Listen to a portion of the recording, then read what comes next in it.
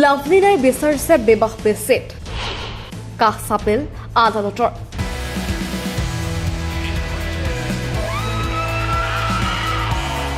হয় আপুনি ঠিকই শুনিছে আমি আন্তঃৰাষ্ট্ৰীয় বক্সাৰ তথা অলিম্পিক বঁটাপ্ৰাপ্ত লাভলীনাৰ কথাই কৈ আছো শুক্ৰবাৰে অৰ্থাৎ গুৱাহাটীৰ পাৰিবাৰিক আদালতত সুশৰীৰে উপস্থিত হয় অসম গৌৰৱ লাভলীনা বৰগোহাঁই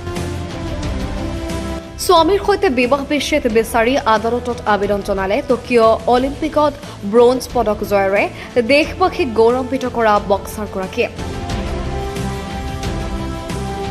উল্লেখ্য যে এই সম্পৰ্কে পাৰিবাৰিক আদালতত 738/22 নং গোচৰ পঞ্জীয়ন হৈছে বুলিও জানিব পৰা গৈছে তাৎপৰ্যপূৰ্ণ যে 2018 চনত যোৰহাটৰ নৱনীত গোস্বামী নামৰ এজন যুৱকৰ সৈতে বিবাহ পাশত আবদ্ধ হৈছিল লাভলীনা